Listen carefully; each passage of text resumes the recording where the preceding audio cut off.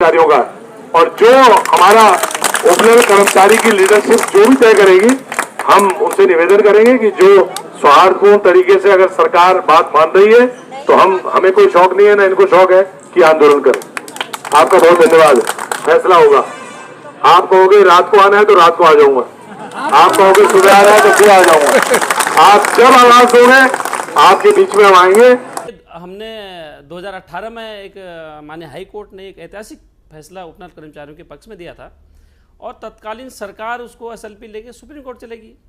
अब supreme court जाके 15 अक्टूबर 2024 को उसको भी माननीय सुप्रीम कोर्ट ने खारिज कर दिया है।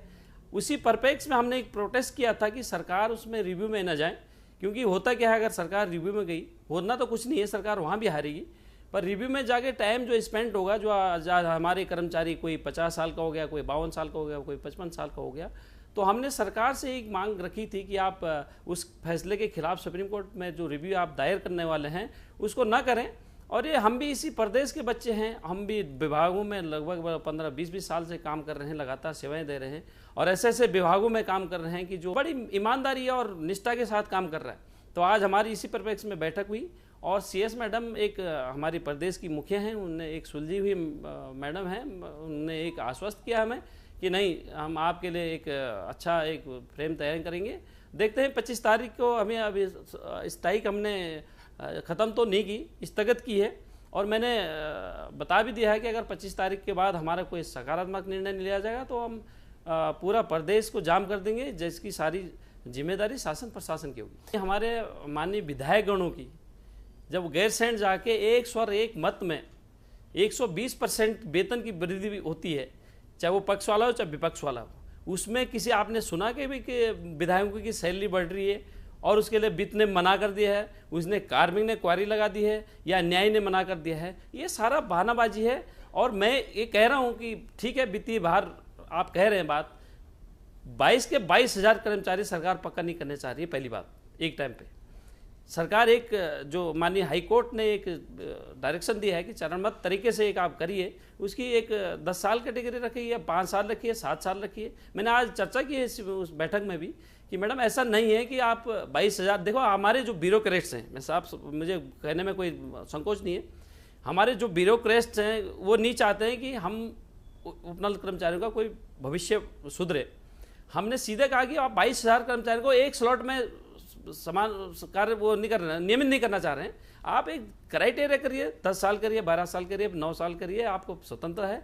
और उस क्राइटेरिया में कितने, मैंने तो फ्रेमिंग बना रखी है, 10 साल की कैटेगरी में 6,900 कुछ कर्मचारी हमारे हैं, आप करिए इसको। अगर सरकार के पास विल पावर है तो सरकार को एक स्टेप लेना चाहिए और एक अच्छी शुरुआत करके, और विभिन्न डिपार्टमेंट में जो वर्षों से लगे हैं और नियमित सेवाएं दे रहे हैं उनको प्रोसेस होगा उपनल का कि जब डिपार्टमेंट उपनल को एक रिक्वायरमेंट भेजता है एक पोस्ट के लिए, तो उसके एवज में उपनल जो है 3 लोगों को भेजता है और उसका इंटरव्यू होता है, उसका रिटर्न टेस्ट होता है और उसका सिलेक्शन करने के बाद 3 लोगों का सिलेक्शन करने के बाद 1 लोगों की नियुक्ति होती है, वो भी चयन प्रक्रिया है।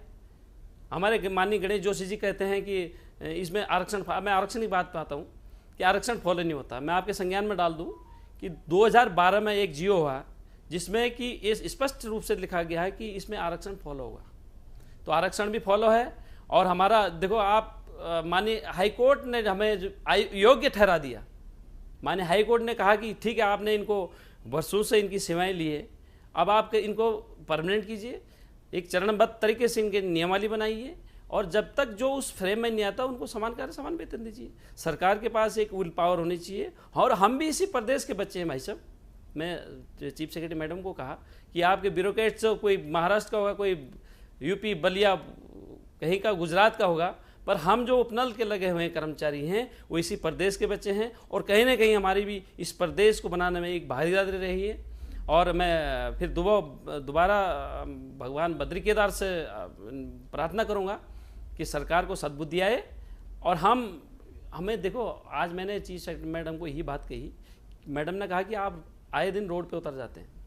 मैंने कहा मैडम हमें शौक नहीं है रोड पे उतरने का, हमारे भी बाल बच्चे हैं, हमारे भी हम भी एक सरकारी विभाग में दायित्व निभाते हैं, हमारी भी ड्यूटी है वहाँ, पर मजबूरन हमें जो है आप मजबूर कर देते हैं कि आप जो है रोड पे आने के लिए।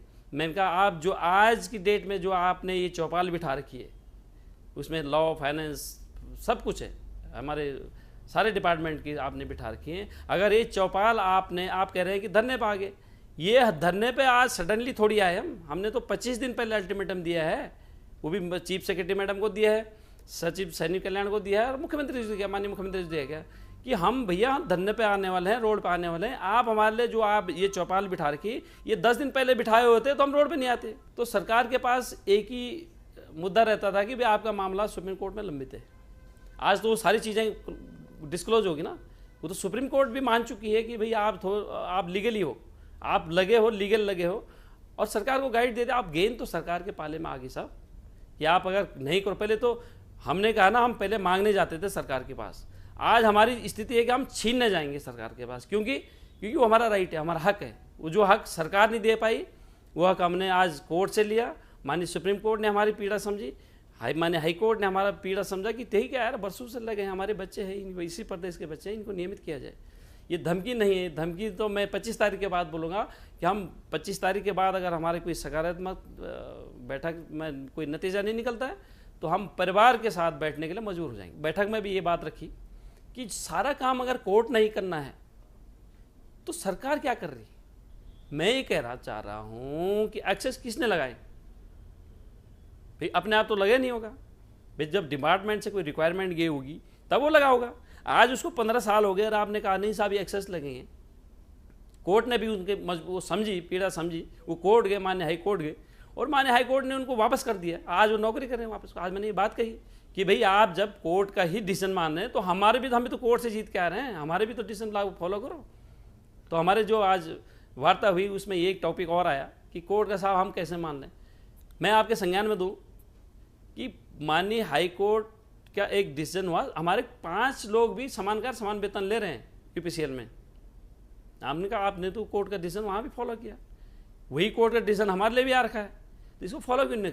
हमारा अब अगर हमने 1000 रुपये अगर हमारा बढ़ने की हमने अगर डिमांड की 10% बढ़ाने की, तो हमारे जो ब्यूरोक्रेट्स हैं वो एक फ्रेम बना के ले जाते हैं कि साहब 10 अगर 1000 रुपये हम बढ़ाएंगे तो इनको 1000 × 22,000। मैंने ये चीज़ बताई, मैंने कहा आप एक कैलकुलेशन करके जाते हैं, वो कैलकुलेशन भी करके जाओ कि मैंने अपने राज्य का कितना राजस्व बचाया। मैं एग्जांपल दूंगा आपको, उदाहरण दूंगा। सपोज मैं कर रहा हूँ 15,000 रुपये में नौकरी, और बड़ी ईमानदार और निष्ठा के साथ कर रहा हूँ, 8-8 घंटे 10-10 घंटे भी मेरा अधिकारी मेरे से काम ले रहा है, और बड़े ईमानदारी के साथ, ऑनेस्टी के साथ, और मैं तो कर रहा हूँ 15,000 रुपये में।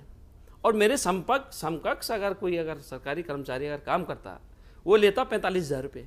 ये भी कैलकुलेट करके जाए ना, मैंने राजस्व कितना बचाया अपने सरकार का, तो किससे होता है, वेतन से थोड़ी करना। मैंने कहा अगर आप सचिव के उस वेतन से भी जीएसटी काटी है ना, तब मैं मानूंगा हाँ साहब आप जीएसटी काटे। मतलब हम खिलौना बना दे सरकार ने। खिलौने आज जीएसटी किस पे काटता है, खिलौने पे काटता है, वस्तु पे काटता है।